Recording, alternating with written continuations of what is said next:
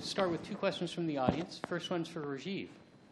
If you were to internally use data and start shifting resources or regulations to certain areas, say the Tenderloin or Chinatown, how will you prevent targeting ethnic neighborhoods? And can I ask if the person who wrote that question would like to clarify or add to? Is the concern redlining? I'm not sure what the concern is. It might have come from Okay. What? Okay. The question comes from an undisclosed location. Okay.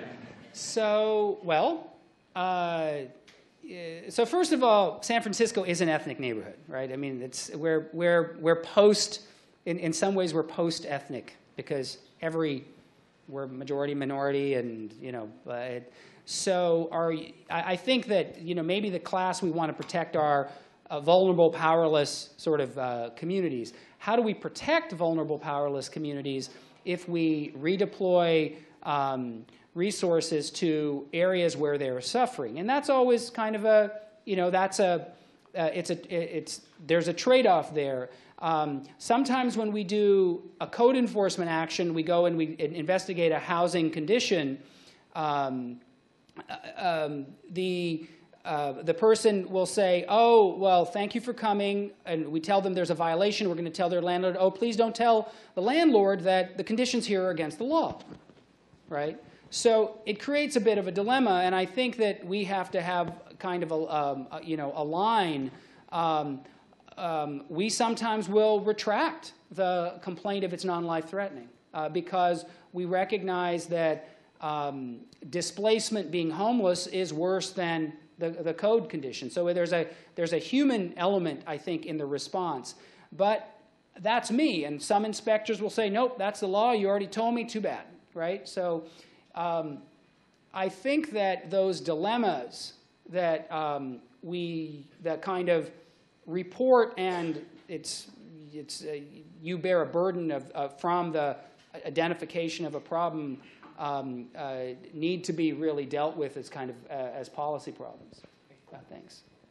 I have a question for you, which is you all went to some great pains to downplay the size and sophistication of your data and spent an awful lot of time talking about behavior change. And I was struck by Rajiv's last point about having a theory of change that makes this possible. So I'd like to ask each of you if you have elements that are central to your theory of change and how you played them out through your work. That's a good question. I think you're in an interesting situation because you have policy and regulation to support certain ideas that you can pursue. I think we're even better off. That's maybe a top-down approach in some cases, right? Because there's a rule and you have to follow the rule. And there's malleability and flexibility in the way you apply it, which is wise. But I'd like to see more of a bottom-up approach where people reason differently and learn to reason differently. I think change is very much coming from how we learn to reason from age 0 on. And we have to keep relearning that because the conditions of our culture keep changing.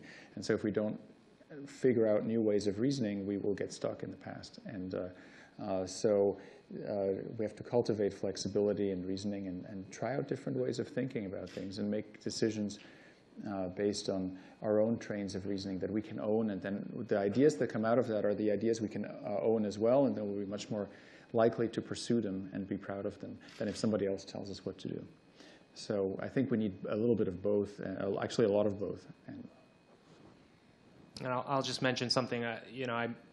During my set of slides, I talked about how difficult it is for individuals to make change.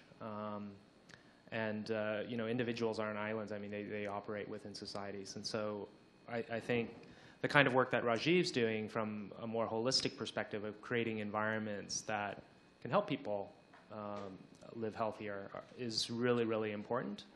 And especially, I see, big data and data visualizations coming in sort of two different directions within the health sphere. One is kind of the environmental push towards individuals and affecting individuals' behavior. But the other thing is the whole M-health world and the quantified self movement and trying to understand how you as an individual behave, and just understanding that should inherently lead to sort of healthier lifestyle. I think, you know, I'm more of the former camp to think of environments as being catalysts for better environments as being catalysts for better health. Yeah, I think in terms, of needs and interest of the different sort of audiences or targets. I think if where a lot of the interventions were targeted to regulatory agencies who we believed weren't being accountable to the regulations they were supposed to enforce. And so the, you know, in a lack of a better term, there's like a kind of a shaming or exposure sort of. So they will, once exposed, they will move, right? Once shamed, they will move. They will not want to sort of live in that kind of world of you know, he's pointing out that this data is pointing out that we're not doing what we're supposed to be doing. And everything isn't sort of, I think, in that space. I think I try to sort of operate thinking about human needs comprehensively. We are all trying to balance, as individuals and communities and societies, balance a whole set of needs together, not maximize one or another. And I think the way our policy system is sort of set up is it fragments different needs and fragments different institutions, and academics mirrors that, and you know, we don't work across that. So I think both in terms of what we focus on trying to change, the highest priority needs, which are probably economic right now in this country, and the sort of the balance of needs and thinking how one set of needs affects the other are the ways that we try to work, both and also in communication. I'd like to add one thing, which is that story of change has a lot to do with knowing that we can change things, and sometimes people feel dispirited about, oh, it's too big, the problem, or whatever. But I've seen so often that if you give people tools to figure out change on their own, even a small change will inspire them to pursue the next change. And I was wondering if you had a sort of a positive chain reaction of, you know, I cleaned up this building and I avoided this violation, and now I'm doing something else. And did you see any positive things coming out of people just realizing the importance of a single small change and building on that? Is that an effect? People, I mean, well, when you say people, I think in San Francisco, there was a time where a number of us were working on school food in San Francisco. We were doing things like trying to promote farmers markets, and I don't know this. And what we discovered was separate lunch lines, separate and unequal lunch lines, one for cash-paying students and one for national school lunch programs. This was San Francisco, supposedly a progressive city with and everyone said, no, that's always the way it's been. We need to improve both lunch lines, right? There was a separate but equal type kind of attitude towards it. And everyone was talking about it and trying to improve the nutrition quality of both lunch lines. And we started explaining this as this is kind of a civil rights, this is an injustice, it's discriminatory, it's creating stigma. And that conversation really led to a huge sort of mobilization to sort of change that, ultimately led to completely eliminating competitive foods in the San Francisco school district. There's one other thing about needs that I want to talk about in terms of public health. I think traditional public health is so focused on sort of preventing disease, it doesn't look at human needs comprehensively. And especially in this whole kind of food and soda thing, a number of the interventions public health is proposing really they negatively impact the other core human need of autonomy. You can't do this, or we're going to take away your right to do that. And whether that's real or perceived, that's a serious, that's something very, if public health doesn't balance those needs, it's really going to lose credibility and constituency. Yeah. So autonomy, empowerment. One more question. I'll ask you to keep answers short on this one so we keep within time, but it's such a good question, I'd like to get it out in front here.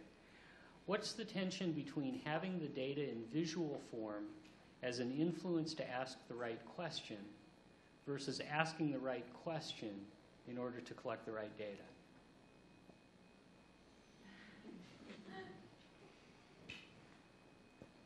Well, I think the question is about curiosity. And luckily, whenever we run into some kind of problem, we have two options. One option is to be fearful or to be curious. And I think when we do work in various cases, something about the situation, the problem that we're presented with, at least in my case, sparks my curiosity. This looks terrible and it makes me fearful, but I'm kind of curious about something. And then if I can visualize what makes me curious, perhaps the visualization helps other people be curious as well. And so that's how I would resolve that. It's actually a feeling at first, and it's a hopeful feeling of like, maybe I can figure this out. And that informs both of those pursuits. You know, I don't think it's an either or. I think it's a both. You know, we're in this day and age where there is the availability of large data sets that come through various means, not sort of original epidemiologic design studies where, you know, maybe you target a particular population, a particular place to do something, you know, hypothesis-driven research. Now you can look at data and formulate hypotheses as you explore the data, and I think that's rewarding in a different way than doing traditional epidemiologic hypothesis-driven research. You can do both.